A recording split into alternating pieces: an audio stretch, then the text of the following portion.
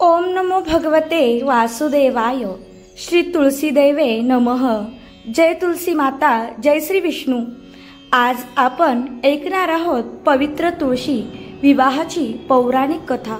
एक अशी कथा जी भक्ती, सतीत्व आणि सत्याच्या विजयाचे अनमोल असे उदाहरण आहे. प्रत्येक मराठी घराच्या अंगणात उभी असलेली तुळस केवळ एक औषधी वनस्पती नाही, ती आहे श्रद्धेचा आधार, भक्तीचे प्रतीक आणि श्री विष्णूंची प्रिय पत्नी. कार्तिक महिन्यातील तुळशी विवाह ही परंपरा इतकी पवित्र का आहे? देवही या तुळशी विवाह साजरा का करतात आणि तुळशीचे श्री विष्णूंशी लग्न कसे झाले, या सर्वामागे दडले आहे एक हृदयस्पर्शी, अद्भुत आणि दिव्य कथा. एकेकाळी धर्मराज मेरू नावाचा राजा होता. तो अत्यंत धार्मिक, ज्ञानी आणि विष्णुभक्त होता. त्याची पत्नी मैनादेवी पार्वती मातेसारखी सौंदर्यवती आणि सती स्वरूप होती. त्यांना एक सुंदर कन्या झाली. तिचं नाव होतं तुळशी. तुळशी लहानपणापासूनच भगवान श्री विष्णूंची मोठी भक्त होती. ती नेहमी नामस्मरण, जप, ध्यान आणि उपासनेत रमायची. जसजशी ती मोठी होत गेली तसतसं तिचं रूप आणि तेज सर्वांपेक्षा अद्वितीय झालं. एके दिवशी तिने भगवान विष्णूंना तपश्चर्येने प्रसन्न करण्याचा निश्चय केला. ती जंगलात गेली आणि कठोर तपस्या करू लागली. ती केवळ पाणी, नंतर फक्त हवेवर राहू लागली. शेवटी हजारो वर्षाच्या तपश्चर्यानंतर विष्णू तिच्या समोर प्रकट झाले. पूर्वी सागर कन्या वृंदा नावाची एक अतिशय पतिव्रता आणि धर्मनिष्ठ स्त्री होती. पण नियतीत काहीतरी वेगळंच लिहिलेलं होतं आणि तिच्या पतिव्रतेच्या सामर्थ्याने सुरुवात झाली तुळशीच्या जन्माची कथा. ही असुरराज कुतूची कन्या होती, पण तिच्या मनात राक्षसाची वृत्ती नव्हती. ती अतिशय सद्गुणी, भक्तिमान आणि सत्यनिष्ठ होती. तिचा विवाह झाला बलाढ्य आणि पराक्रमी असुरराज जलंधरासोबत. जलंधर हा समुद्रातून जन्मलेला असल्याने त्याच्याकडे अपूर्व शक्ती होती. त्याची शक्ती केवळ युद्ध कौशल्यात नव्हती, तर त्याची आई वृंदेचे पतिव्रतधर्म हे त्याचे खरे कवच होते. तिच्या सतीत्वामुळे जलंधराला कोणीही पराभूत करू शकत नव्हतं. ना मानव, ना देव, ना दैत्य. जलंधर अभिमानाने होता, स्वाभिमानी होता, अभिमानी होता, पण अन्याय करणारा नव्हता. मात्र एके दिवशी त्याला देवाशी वैर जडली. त्याने देवराज इंद्राला पराभूत केलं. देवांचे स्वर्गलोक ताब्यात घेतले आणि अगदी भगवान शंकरांशीही युद्ध करण्याचा धाडस केला. देव संकटात सापडले. देवांनी ब्रह्मदेवाकडे धाव घेतली. ब्रह्मदेव म्हणाले, जोपर्यंत वृंदेचे पतिव्रता नष्ट होत नाही तोपर्यंत जलंधर अजय राहील. अखेर देवांनी श्री विष्णूंची शरणगती पत्कारली. श्री विष्णूंनी देवांना वचन दिलं, धर्माच्या रक्षणासाठी जे आवश्यक आहे ते मी करीन. त्या रात्री संपूर्ण विश्वात धुकं पसरल्यासारखं शांत वातावरण होतं. वृंदा आपल्या पती जलंधरच्या यशासाठी नेहमीप्रमाणे पूजा करत होती.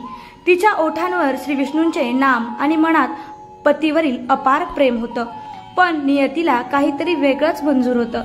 श्री विष्णूंनी धर्मरक्षणासाठी जलंधराचे रूप धारण केलं आणि वृंदेसमोर उभे राहिले. वृंदेला ते खरेच आपले पती वाटले. तिच्या निश्चल मनातून शंका दूर होती. देवत्वाने निर्मळ होती, निरागस होती. ज्या क्षणी वृंदेने समोर उभा असलेल्या पुरुष आपला पती आहे असा स्वीकार केला, त्या क्षणी तिच्या पतिव्रतेचे भक्ती भंगली आणि त्याच क्षणी देवांनी युद्धात जलंधरचा वध केला. तेव्हा वृंदेला सत्य कळाले की समोर उभा असलेला पुरुष तिचा पती नसून स्वतः श्री विष्णू होते. तेव्हा तिच्या अंतःकरणात प्रचंड वेदना उफळून आल्या. तिने कंप पावत श्री विष्णूंना पाहिलं आणि अश्रूंनी भरलेल्या डोळ्यांनी म्हणाली, हे विष्णू, मी तुमची सदैव पूजा केली, पण तुम्हीच मला फसवलं. माझा पवित्र सतीत्वाचा नाश केला. हा अन्याय आहे. तिच्या वेदनेतून प्रचंड क्रोध निर्माण झाला. तिने श्री विष्णूंना श्राप दिला, आजपासून तुम्हीही तुमच्या पत्नींपासून दूर राहाल. माझ्यासारखीच वेदना तुम्हालाही भोगावी लागेल. हा श्राप पुढे रामावताराला फळला आणि भगवान रामाला माता सीतेपासून दूर राहावं लागलं. हा त्याचा शापाचा परिणाम मानला जातो. वृंदेचे हृदय तुटले होते. तिचा संसार संपला होता. तिचा विश्वास तुटला होता. तिने आपल्या पतीचा मृत्यू आणि स्वतःच्या पावित्र्याचा नाश एका क्षणी अनुभवला होता. ती दुःखाने व्याकुळ झाली आणि भगवान विष्णूंना अंतिम वाणी म्हटली, तुमची भक्ती ही खोटी नव्हती, पण तुम्ही धर्माच्या नावाखाली मला फसवले. मी तुमची पूजा करणारी स्त्री होते, भक्तीचा अर्थ समजणारी होते, पण आज मी तुम्हाला कधी क्षमा करणार नाही. या शब्दानंतर तिने योगाग्नीने आपले देहत्याग केला. तिच्या आत्म्याची तपश्चर्या पवित्र होती. तिच्या पतिव्रतेचा तेजोदीप अमर होता. या कारणामुळे तिचे शरीर राख न होता भूमीत विलीन झाले आणि त्यातून एक पावन वनस्पती जन्माला आली. तीच दिव्य वनस्पती म्हणजे तुळस. वृंदेचा देह तुळस झाला आणि तिचे सतीत्व अमर झाले. तुळशीमध्ये आजही पवित्र सुवास, औषधी शक्ती आणि दिव्य तेज आहे. या त्यागामुळे श्री विष्णू अत्यंत व्यथित झाले. ते म्हणाले, वृंदे, धर्माच्या रक्षणासाठी मी हे कठोर कृत्य केले, पण तुझ्या वेदनेचे दुःख मला जाणवते आहे. तुझ्या शापाचा स्वीकार मी करतो आहे, पण आजपासून तुझं नाव युगानुयुगे पूजलं जाईल. तूच माझी वंदनीय पत्नी तुळशीच्या रूपाने पृथ्वीवर वास करशील. तुझ्याशिवाय माझी पूजा अपूर्ण राहील. म्हणूनच आजही श्री विष्णूच्या कोणत्याही पूजेत तुळशीचा समावेश आवश्यक मानला जातो. वृंदा आता तुळशीच्या रूपाने पृथ्वीवर वास करू लागली. तिची पवित्रता, तिचा त्याग आणि तिचं सतीत्व लोकांच्या श्रद्धेचा आधार बनला. भगवान विष्णूंनी तिच्या त्यागाचा सन्मान करून वचन दिले होते की मी तुझ्याशी विवाह करीन आणि प्रत्येक युगात तुझं पूजन चालू ठेवीन. त्या वचनाप्रमाणे कार्तिक महिन्यातील शुक्ल पक्षातील द्वादशी या दिवशी भगवान विष्णू शालिग्रामाच्या रूपाने पृथ्वीवर अवतरतात आणि तुळशीशी विवाह करतात. हाच दिवस म्हणून साजरा केला जातो तुळशी विवाह. यानंतर पृथ्वीवर सर्व शुभ कार्यांची सुरुवात होते. म्हणूनच भारतात तुळशी विवाहानंतर विवाह आणि मंगल कार्य पुन्हा सुरू करतात. तुळशी ही भारतीय संस्कृतीत केवळ एक वनस्पती नाही, तर ती घराचा आशीर्वाद, लक्ष्मीचा वास, पावित्र्याचा आधार आणि भक्तीची देवी आहे. कधीही वाया जात नाही, सत्य कधीही हरत नाही आणि त्याग करणाऱ्याचे स्थान सदैव देवापेक्षाही उंचच असते.